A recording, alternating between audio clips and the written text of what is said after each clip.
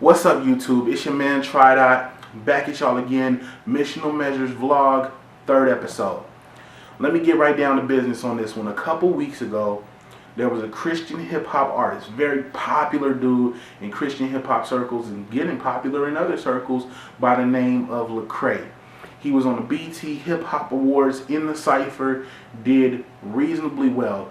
Obviously spit some hot lyrics, good flow, everything, but the problem is, not everybody was loving that. Let me take the hood down. Not everybody was loving that. I'm cool with that. You know, people got criticisms, and that's cool. But where we cross the line into having a problem is where people take it to a new level that isn't exactly just criticism. And this is a place where a lot of Christian rap music gets put into.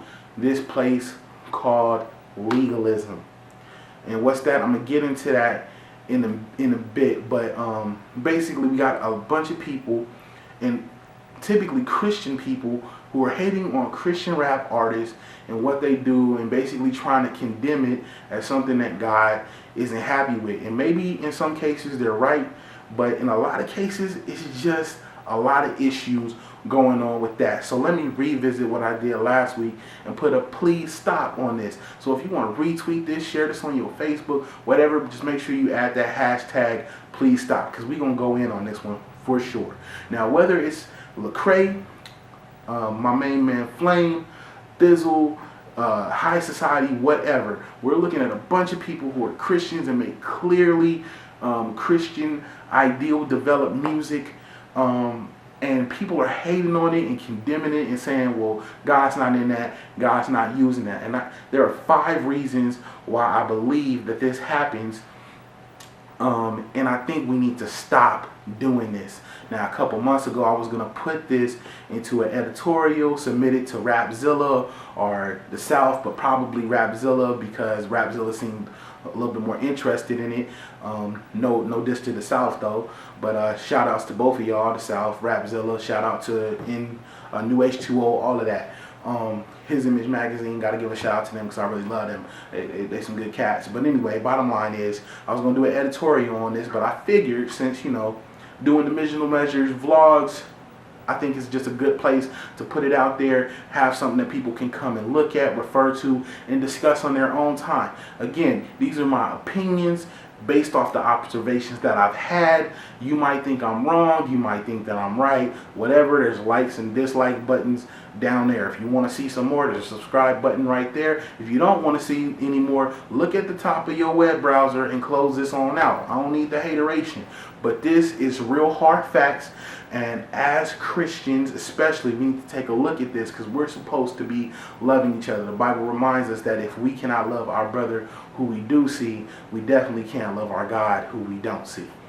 But anyway, let me get into these 5 reasons why I believe people are unreasonably hating on Christian hip-hop music, or call it Christian rap, whatever you want to call it. Bottom line, hating on it.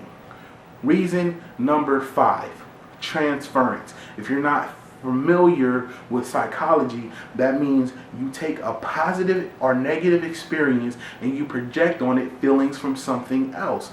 And the way that transference fits into the realm of Christian hip hop, Christian rap, is that fans do transference with their own theology and own mission statements. In other words, Christian artists have their own set goals for what they want to do with their music. Either that's outreach and evangelize, introduce people to a new perspective on life, edify believers, teach new things, whatever the wide range of scope of what a hip-hop artist does for Christ in their music. They have their own mission statement, but often what we do as fans of that arena, we want to project our own mission statement. So maybe an artist's mission statement for his or her music is to outreach to lost souls. So you don't hear a bunch of deep theology, you just hear different ways of revealing who Christ is, but we want to say that they're not Christian enough or not spiritual enough because their music is not about taking us deeper into God. Well, why would their music be about taking us deeper into God? Why would their focus become theology if the whole purpose of their music ministry in the first place was to outreach? We cannot project our own purposes and mission goals onto what somebody is trying to do with their ministry. Not only is that imposing on somebody else's ministry, but that is trying to take different parts of the body and make them for our use, and that's going to make us just not usable. Everybody is a different part of the body. Everybody's a different type of worker for a reason, because that's what's effective. So we can't keep using this transference and saying, well, I like the mission of your ministry, but I think what you really should do with it is this. We can't do that point blank, bottom line. So either appreciate and support somebody for what the mission of their music is, or don't listen to it, but you don't gotta bash them because you don't agree with what their outreach is. Keep in mind, youth ministries,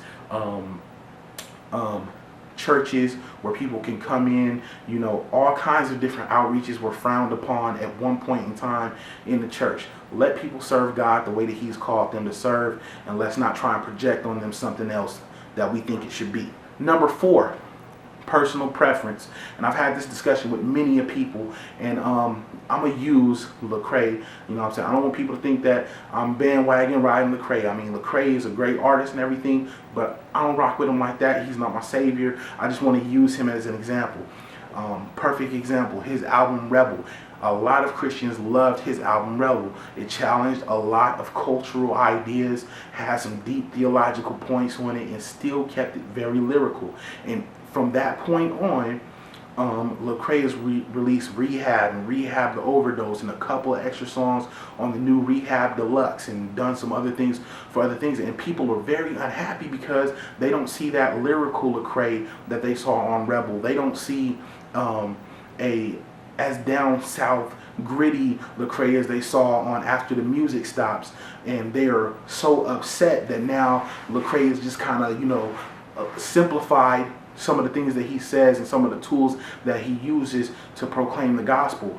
But the matter of fact about it is he's still proclaiming the gospel. I mean, Rebel was just one album. Maybe he wanted to demonstrate in a strong manner with some deep theology why he's different than what the culture is. But I believe that with Rehab, what he's trying to show Christians and non-Christians alike is that we all have a constant need to be changed and redeveloped by God.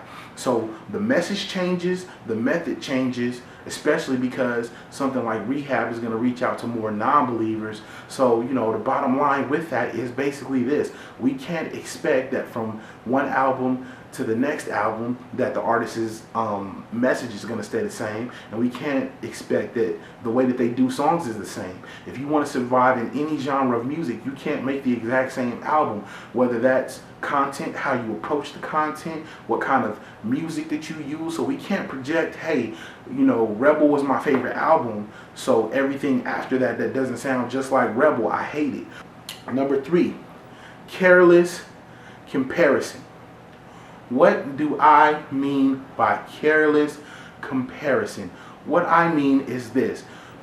We always get into this habit of saying, oh, such and such is the Christian this. Like Thizzle's the Christian Young Jeezy. Andy Mineo's the Christian Drake. Lecrae is the Christian Lil Wayne / whatever. We can't get into that mode, because the bottom line is, in music, people sound like other people. If you want to take the test and check it, who is the last artist that you listen to that sounds absolutely like nobody else on the planet?